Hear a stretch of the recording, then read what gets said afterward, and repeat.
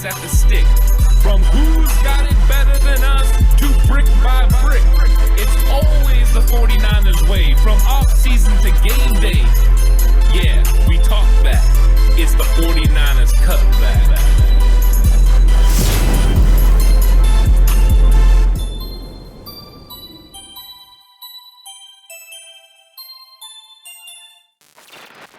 It's 49ers Cutback Podcast time. Alex, today we get into it. Been hearing the calls. Kyle Shanahan's fault. Kyle Shanahan is not calling good offense. Kyle Shanahan needs to go.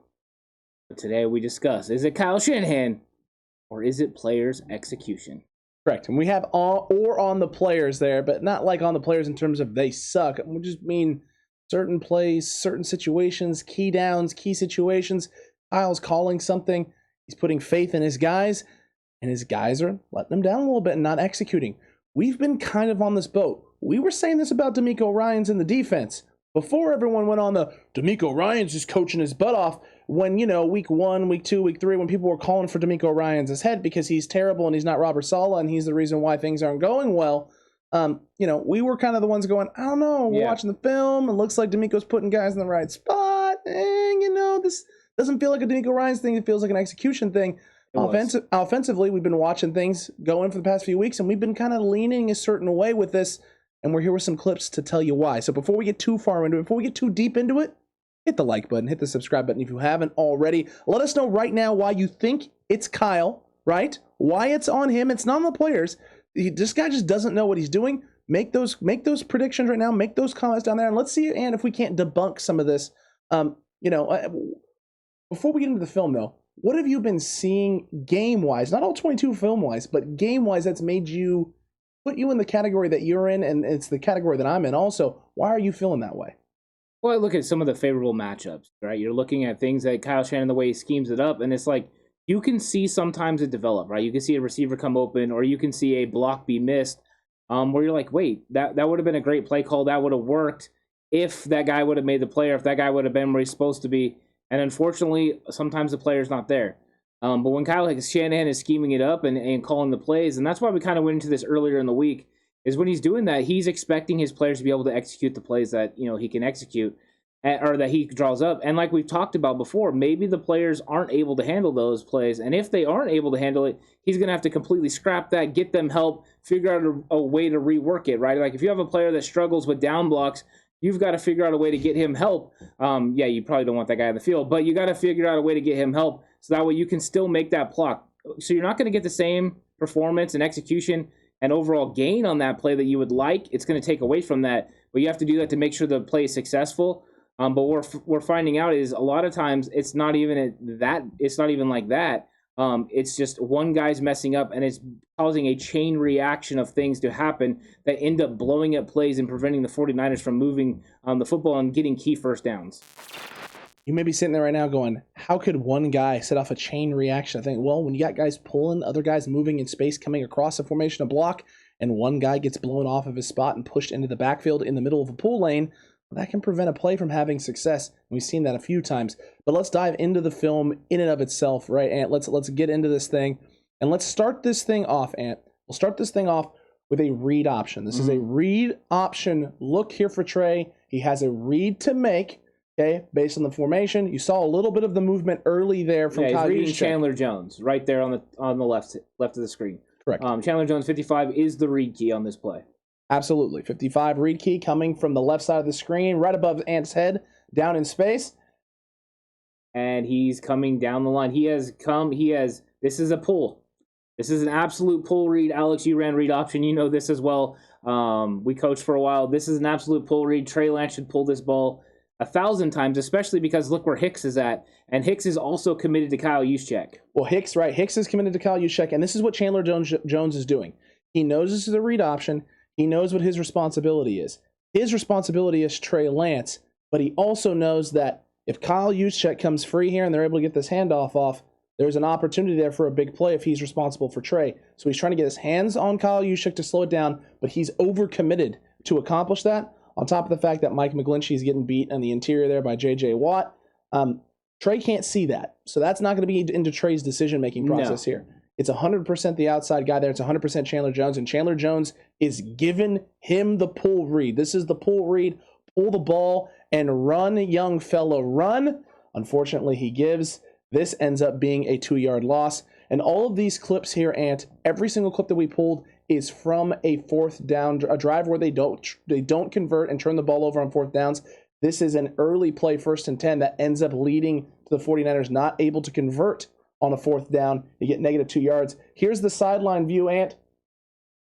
Yeah, I mean, if he pulls, he's going around the outside for a huge gain, because the one guy that's going to have a chance to run him down is Zaven Collins, because Alex Mack whiffed on him a little bit, but that is the guy that's going to have to run him down. Trey Lance is going to get a major positive gain. The 49ers are going to be ahead of the sticks. Correct. They're going to be 100% ahead of the sticks. And unfortunate. You hate to see it. Not on Kyle, though. Execution and scheme-wise, it's there. You had some guys not executing. That was McGlinchey in the middle. And whether on this situation specifically, it's Trey, right? Not getting the pull read, not understanding. I think you could probably say that Mike McGlinchey didn't make the block that he needed to make. Correct. Trey Lance didn't pull like he should have pulled, and Alex Mack didn't block Zaven Collins like he should have blocked him. Lots of guys not executing. All three of those guys didn't execute on a play, but that doesn't mean the play call wasn't correct because of the numbers and the way the personnel was working. The 49ers had the right play called. It just wasn't executed at the right level. This is the very next play, and this highlights some of the things that we talked about, right? These quarterback designed runs, the right box, right situation, and here, great execution from the 49ers. Yeah, definitely. And look at Trey Lance does a great job of being patient and allowing Daniel Brunskill's pull and to come through and make the block and read the block and get upfield and get extra yards. It's well executed on him. Now, a lot of people are questioning, though, Kyle Shanahan running this play on 3rd down. Right, you got 3rd and 7. Why are you running this play? It's because he's already predetermined he's going for it on 4th down. If they don't get it, he's trying to make it manageable. But he does believe that this play could possibly garner him that many yards because of the way that the Cardinals are playing defense. They're playing the coverage deep, so he has an opportunity to get there. Well, and look here. Here's a perfect angle of it right here in space of what you got. And this is great. What is... That's the only thing you want there is Dwelly to do a little bit better job there in space. You want Dwelly to make the block. If this is George Kittle, we've got a different thing going on here because he's going to get up to the next level and make a block. He's looking around for help, and he could have gotten Buda Baker right here. Correct. Got to look inside. Yes. First guy inside is always the guy you look for. First guy inside. Okay, and then here's the 4th down play. And keep an eye on Charlie Warner. He's supposed to block J.J. Watt down. If he blocks J.J. Watt down, then the pull is going to be able to get around the outside. Kyle Juszczyk's going to be able to get around the outside, and this whole play is going to get set up. If you're sitting here right now going, well, where's J.J. Watt? Okay, so Ant is there on the left side of the screen. Zaven Collins just above Ant there. First guy inside to the right of Zaven Collins. There's J.J. Watt. Number 99. Yep, number 99. Charlie Warner. He's in the C gap. He's in the C gap. There it is, Ant. This is a coaching terminology for your behind. Oh, goodness gracious, man. You may have just looked at that and been like, okay, well, I don't see what happened there. This looks like just the stuff.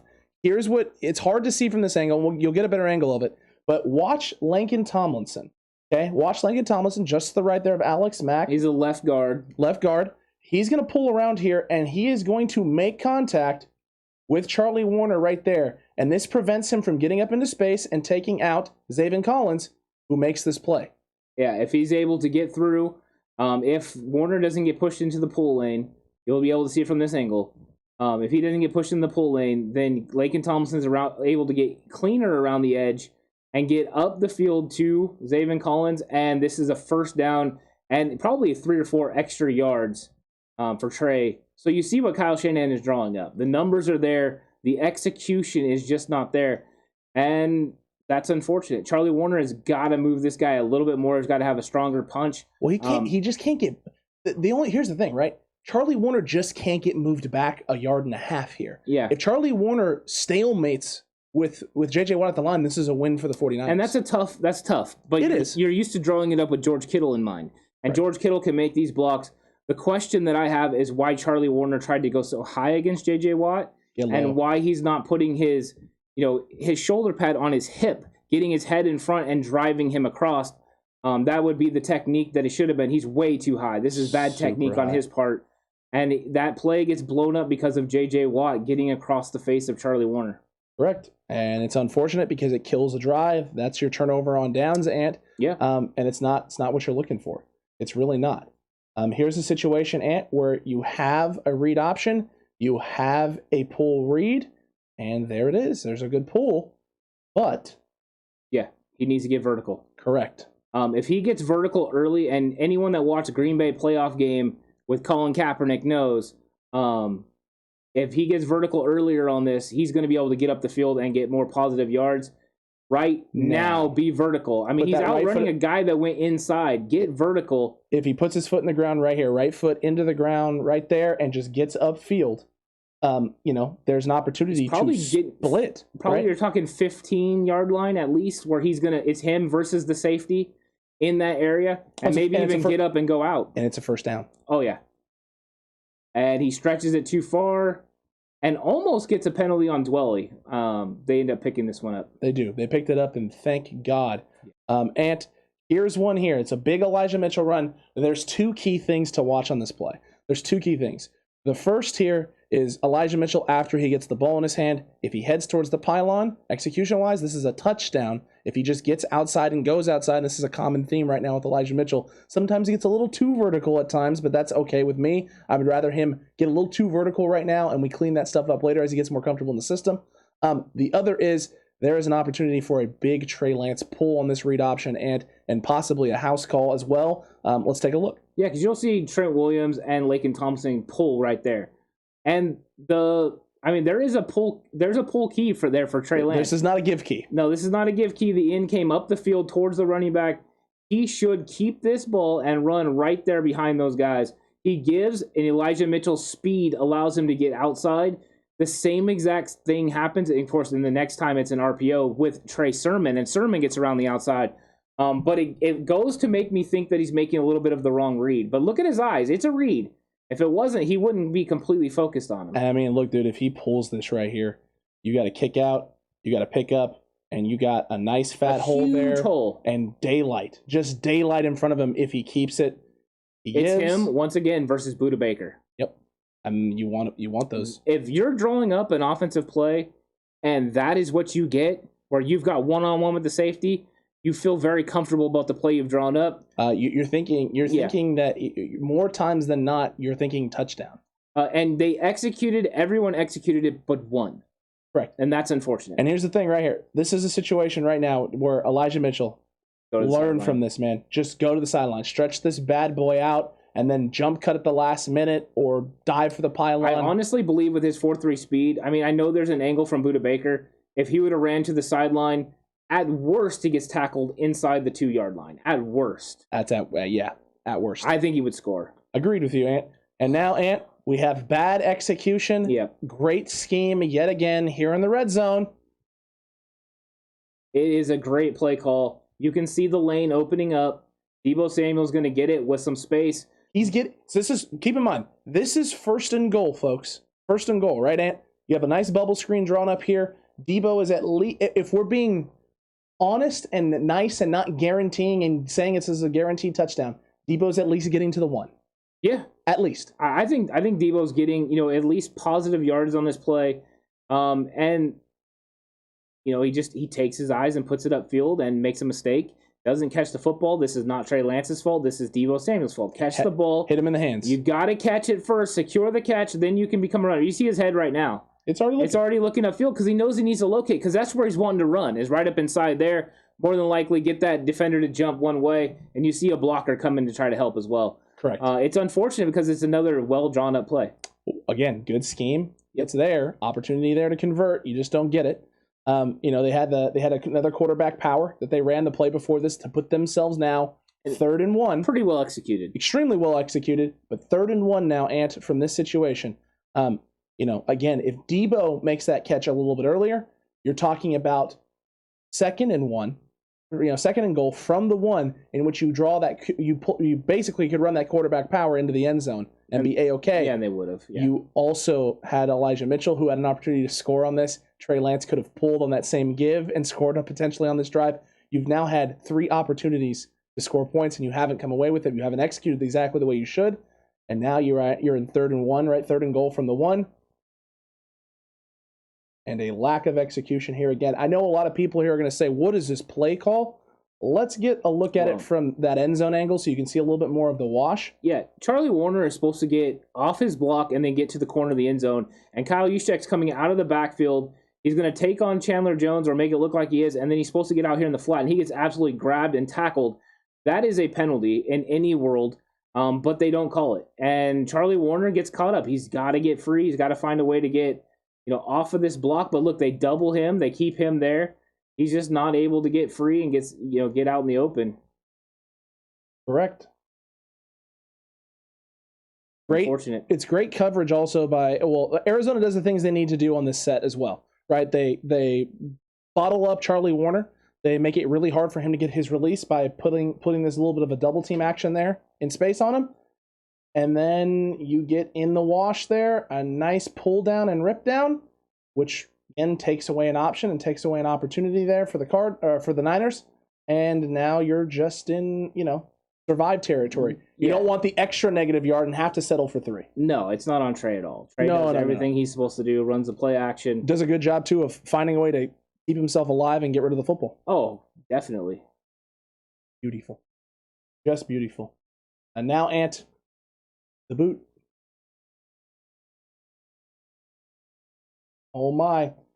So, again, a lot of people talk about how, why don't you just dump it over the top to Elijah Mitchell? Option is there. And you'll see from the other angle as well that he has a couple other guys on the interior that he could look for. Really, again, execution-wise, this is what you want. He has the opportunity there for Dwelley for a second. He's got the opportunity there with Kyle Juszczyk for a second. He has this come up here. The only thing maybe you want him to do a little bit differently here is go towards that pylon. Yeah, a little bit more towards the pylon, but he sees Isaiah Simmons there. That's the only thing, but if he stretches it, he has a better opportunity. I think, once again, Kyle Juszczyk got caught up in the wash that was behind the backfield as he's trying to come across, and that kind of changes a little bit of the coverage as well because that extra linebacker doesn't have to freeze. He's able to bear down on Trey Lance. Right. I mean, look where Kyle Juszczyk's right now. If he was running across, that extra linebacker that comes to help him with contact would be on Kyle Juszczyk running in front of the formation or in front of around the goal line. It's true. So that does blow up the play, and one of those things where Trey is taught to get vertical, get downhill, and try to score. He tries. If he hits one linebacker, he does. He hits 2 linebackers at the same time, and they're able to stop him. But I mean, really, it's not a bad drawn up play. It's just a little bit bad on the execution. Execution not fully there. And hey, you know what? See what this is. See what this is here. You got twins on both sides, and yeah, we got an open Brandon Ayuk. A wide open Brandon Ayuk. Right out the logo. And he doesn't see it, and he decides he's going to scramble. He's going to move and get outside the pocket. And and you guys can see. I mean, here's the thing, right? I don't know if you can see the stick or not, Cutback crew. I don't know if you're seeing it or not. You have second and a very, very long way here. First down marker is at the 47 currently on the other side of the logo. It's second down in space. You got second and essentially what is close to 20 yards. Second and 20 is probably about what it is. This completion here to Ayuk gets you almost all of it on second down, and now you're sitting at 3rd and short. Yeah, I mean, he should have got rid of the ball. He didn't see him. And it's just an execution problem, and it's a young guy trying to learn how to play in Kyle Shanahan's system and know where receivers are going to be against certain coverages. And you see it here too, because he's looking the right way, and he does come off to Ayuk, but he comes off late. And you'll see Ayuk flash. Right now, he needs to be getting ready to come off and get this thing to Ayuk, who's coming just off of my shoulder there, releasing in. Get rid of the football right now. He sees it late. He looked the other way. And he does look the other way. He goes all the way across. He goes all the way across to Sanu. Yeah, it's unfortunate. It's a young guy that's learning, and right now he's not able to execute all facets of the game. But, I mean, once again, this is a very nice route concept by Kyle Shanahan, putting it together against the defense and gets a receiver like Brandon Ayuk wide open. That's wide open in the NFL. It doesn't get more open than that. It really doesn't. Unfortunate. But again, common theme coming across the board here in the table. True. Seems to be a lot of good scheme here and opportunities to convert here on 2nd and longs, 3rd and shorts, 4th and shorts, first and 10s, things of that nature, and they're just not doing it. And I miss Raheem Mostert. Yeah, I mean we have some guys that aren't able to execute their blocks out here on the edge. With Mike McGlinchey, and I mean we have Ross Dwelley that runs up on his legs and helps him fall to the ground, which doesn't make this any easier. No, this play is designed to go outside, and Mike McGlinchey's trying to hold his block, and he gets ran into. If Dwelley gets around the outside right there, it allows Mitchell to get around the outside, and you can see the blocking. You have a guy there at the 20 being sealed, a guy there at the 24-yard line being sealed, and Ross Dwelley was going to get around the outside and seal the last guy, and Elijah Mitchell is going around the outside one-on-one with the safety. And even then, they have an interior offensive lineman right there that's going downfield to make the block on him. This is a house call. This is unfortunate. McGlinchey's doing what he's supposed to do. He's got contact, and then he gets kind of nicked right there, and he gets taken down. And once he is, it's an execution problem. You can see it right there. Look at the lanes. Block on 58, done. Block on Simmons there, done. Dwelley's coming around the outside. He should, go all the way up to 23. And then you've got, I think, is that Laken Tomlinson that's barreling down the middle of the field right there. He's going to get Budda Baker. You would have had a huge play from Elijah Mitchell on the outside. It's unfortunate that it's not able to be executed. But once again, a very good play call because Kyle Shanahan took advantage of the offensive numbers versus this defensive front of Arizona. Correct. And because David Collins went inside. That is the improper read. If Elijah Mitchell gets to the outside, he took a bad angle, and he's getting yelled at by his coach. And he should be. He should be, because these are the types of things that Mostert doesn't miss. No, he doesn't. But also, I don't think George Kittle would have ran over There's his back. And you might have a point, my guy. You might have a point. Yeah. You have a little bit of a situation here where a George Kittle effect took place in this game, and 100%. There was an impact there from the tight end position. PFF had what is that? I think it was Dwelley graded at a 46. I think you told me, and Charlie Warner at a 50. Right. We watched the whole all 22 film, and if you want more breakdown like this, more in-depth breakdown just like this, head on over to Patreon because we do both halves, first half and second half of this game against the Cardinals. Basically 3 hours worth of breakdown in every play, every snap, looking at everything. But we saw this consistently.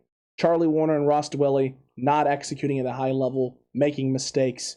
A couple times, Dwelley is the guy getting blown into the backfield and causing guys who are pulling around in space to get chipped up and nicked up, missing blocks, not being able to crash down on guys, certain guys in space, and it just leads to them not being able to execute. These were just the fourth down drives, the drives that ended in turnover on downs. This isn't, this doesn't even go into some of the holdings and some of the misreads, right? The missed throws downfield and other things like that. There were a lot of opportunities for the 49ers to execute. Kyle Shanahan gave them a lot of chances, chances, and we just didn't hit on anywhere near enough of the plays that we needed to hit on to have success. Yeah, and if you want to get on Kyle Shanahan about something, it's not play calling because he's calling the plays the right way. If you want to get on him about the fact that maybe his position coaches need to coach up their players better, or put them in, let Kyle Shanahan know exactly where those position players are. What positions does Kyle need to put them in for them to have success? Maybe have more value on that. I think that they believe that Ross Dwelley, he's done it in the past, could make these plays. And I think they thought Charlie Warner could make these plays, and they didn't execute in this game. And whether that is, there's a lot of plays in this game that we didn't show where Charlie Warner just doesn't block the right guy. He runs right by him and goes somewhere else and leaves the guy uncovered to be able to make a play. And we didn't highlight those in this, but we highlight them in the All 22 over on Patreon.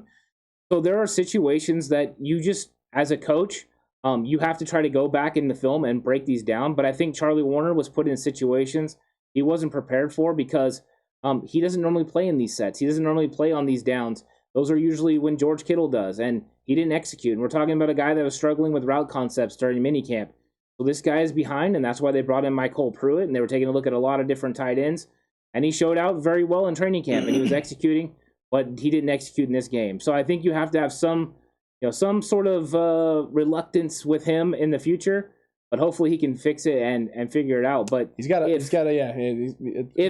If Kyle Shanahan, I mean, he's going to go to his position coaches and talk to all of them. That's what you do. But they've got to figure out what they need to do. And if that is Charlie Warner can't be that guy to be able to execute those plays, then you have to find another person that can, whether that's moving Kyle Juszczyk there for certain situations, or going with an extra offensive lineman. Whatever it is, they got to find a way, because you still want to be able to execute your plays, but you've got to make sure that your personnel's in a proper position to be successful. The big but, man. It really is. It truly is. It's hard. When you're missing a guy like Kittle. Oh, it's huge. It's a big drop-off. It's a huge drop-off. And you understand now why the Niners haven't been going to a lot of 3 tight end sets this year. There haven't been a lot of those types of opportunities. Charlie Warner's just not there yet. He's not ready to step up and fill that role. What they did, what it seemed like a lot was Ross Dwelley played in a very similar fashion to how he normally plays. They had him rolling in his typical role, unless it was a 1 tight end set, and then obviously he was filling in those roles for George Kittle. But when they went 2 tight end sets, or they went jumbo packages with 3 tight ends, Warner hopped into that Kittle-esque role, that Kittle-esque spot.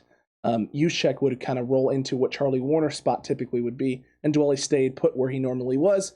And Warner, in a lot of those cases, didn't execute the way you wanted to. It's not the same level of execution. Obviously, that's going to be the case. But, man, if you want to be upset, like you said, if you want to be upset with Kyle, right, about maybe putting Warner in those positions, maybe you can be. Yeah. But he's putting him in those positions for a reason, right? We don't know what they saw at practice. You don't know what they were getting and what feedback he was getting from his position coach. Position coach telling him, hey, Charlie Warner can get those things done. We can do those things. Maybe we don't want to rely on, do it a bunch, but crucial downs, distances, he'll get it done. We can trust this guy. Maybe that was the feedback. Yeah, we'll see. I mean, we'll see what the adjustments are. If they make adjustments off of this, or if they just, chalk it up to, J.J. Watt's a heck of a player. That too. And he was able to handle business on this. Whatever those things are, they're going to have to get into it. Maybe it's a little bit of both. Sometimes J.J. Watt just made himself one heck of a play, and sometimes Charlie Warner, didn't do what he was supposed to do. But the ones that can't be forgiven or forgotten are the ones that he just completely whiffs and goes to the wrong guy. Those are bad. When these guys are not getting to the right guys in space, you really do understand the importance of George Kittle in this offense and how much him and Kyle Juszczyk are just relied upon to make great plays for this running game. And then they end up opening it up for the passing game, because then the running game really gets going with the play action and all that. So if you were wondering why the 49ers didn't run the football to the level that they normally do, it's because they were missing George Kittle, and they weren't able to do all the things that they want to do. So they've got to figure out a way to maneuver and figure this thing out. I think they can. They got an extra week, for the coaches to scheme it up and let it go. But Kyle Shanahan, once again, had a very good game play calling. I wouldn't say it was perfect, but I thought that he did a very good job. And then I think DeMeco Ryans has been knocking it out of the park now for a few weeks. He's been. It feels like he's been knocking it out of the park for pretty much every game except for the last 2 minutes of the Detroit Lions game. Other than that, it's been solid from DeMeco Ryans. And week 1 was great for Kyle. Week 2 had its struggles and its moments, but again, he dialed up a lot of good stuff. That again, guys, a lot of dropped balls in that week 2 game that cost 49ers drives early and set them into negative game scripts where they were basically trying to fight through. Basically being in 2nd and longs, 2nd and 12s, 3rd and 13s, and things of that nature, which is just not, it's not hard. It's hard to have success offensively when you're in that much of a negative yard situation that early in a drive.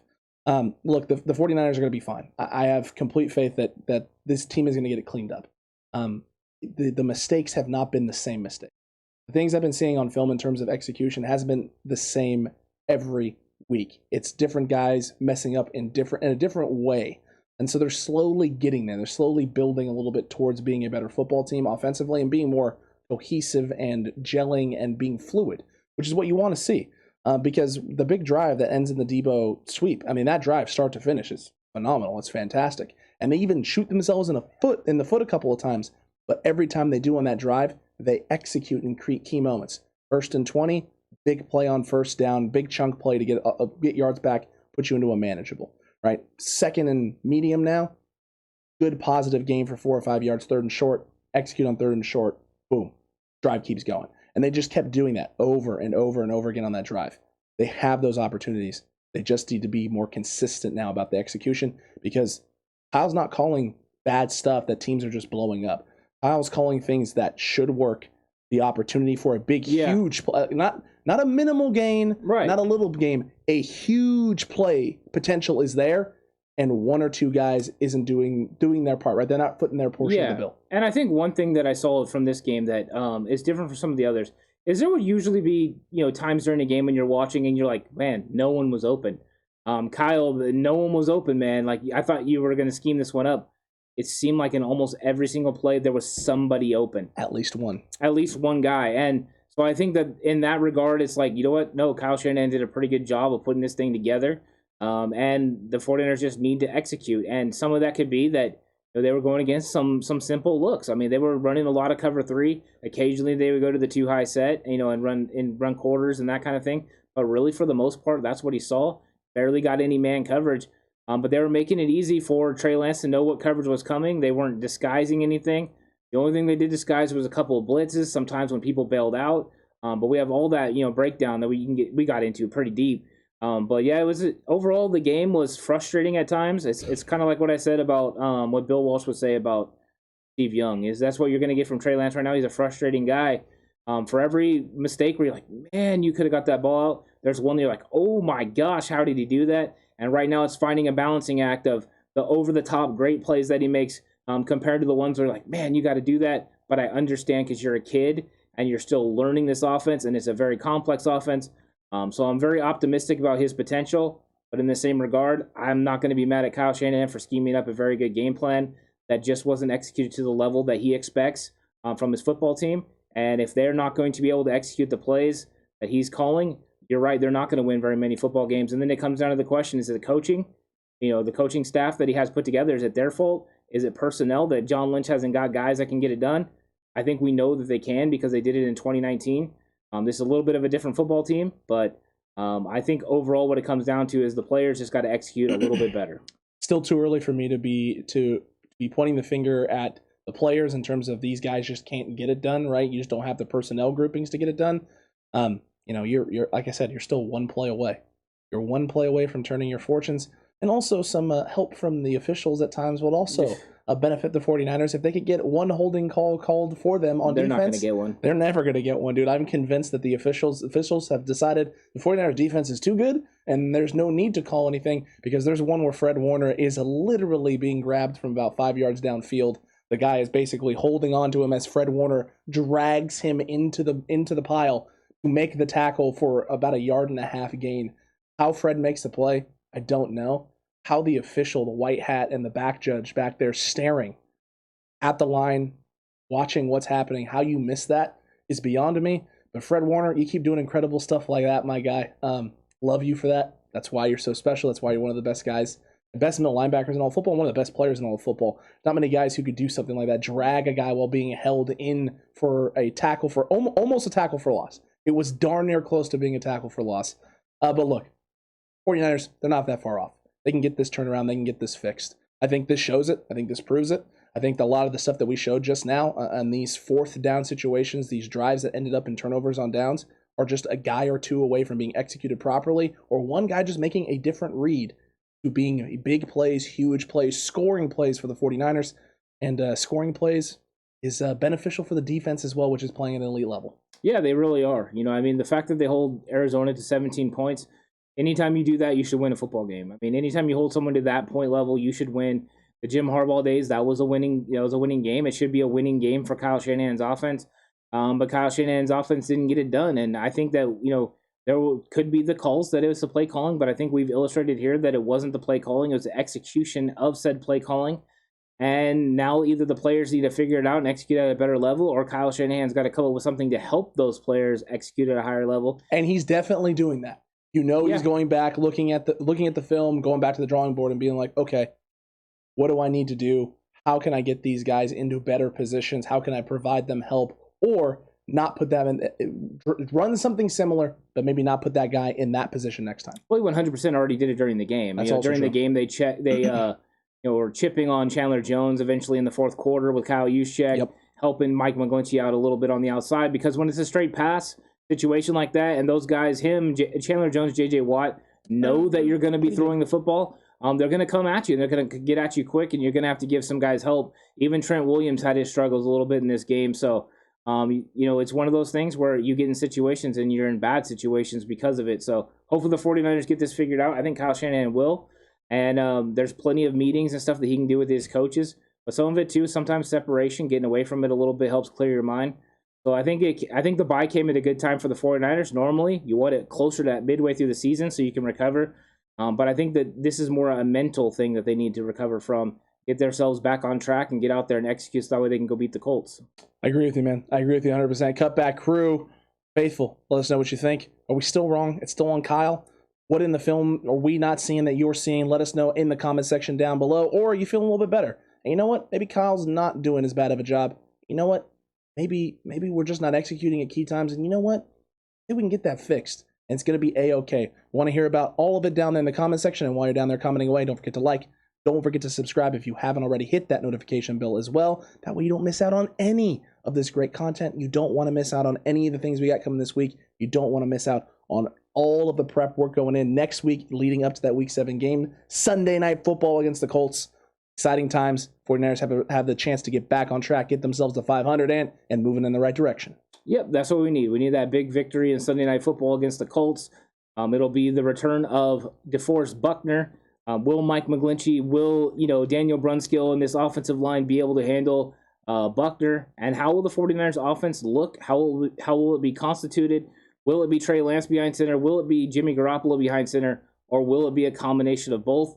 We don't know yet. Next week's going to be an exciting week. I'm looking forward to getting all into it. Definitely am. Cutback crew, faithful. Get pumped, get excited. It is a bye week. You get it. You got the rest of this week to recover. You got Sunday to just kind of relax a little bit and watch other teams struggle and have other teams worrying about what their teams are doing while we get healthy, we get our reinforcements, and we get back on the grind to take it to those Indianapolis Colts and make sure that DeForest Buckner's welcome home party isn't a welcome home party. It's a, oh my God, I wish I hadn't left. I should have fought harder to take less money to stay. But hey, Defo, we still love you. Faithful's always going to love you. And until the next one, Cutback crew and the Faithful, stay safe. Remember, the right way is always the 49ers way.